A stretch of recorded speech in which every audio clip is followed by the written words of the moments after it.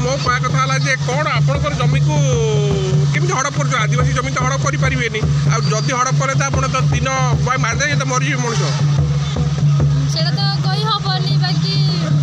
हम तो एटा मुंडा बसती पड़ा ना नीलकंठ नगर मुंडा साइड ना तो सी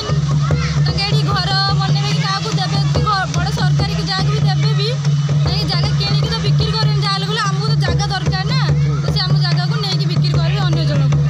मैडम गोटे जिन हूँ आपंकर ये घर फर कौन भांगीदे जे रूल अच्छी सुर बाबू भी कहते आदिवासी जमी ये हड़प कहीं करें आप आईन ने भी अच्छी तेल केमी हड़प कले आप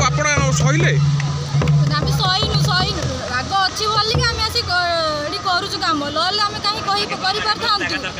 तुमको जगह दरकार बोलिक आम आसिक ठिया मैडम आउ गए जिन आग कौन रही आपको जब ये जगह नदेले अन्य जगह जब देवे जदि लड़ाई हमको लड़ाई हो कि हमको यही जगह ही दरकार हमको अन्य जगह कि हमको पसंद हेनी कि न हम कि गारंटी नहीं किसी बाकी हमको यही जगह ही दरकार हमको यही दरकार।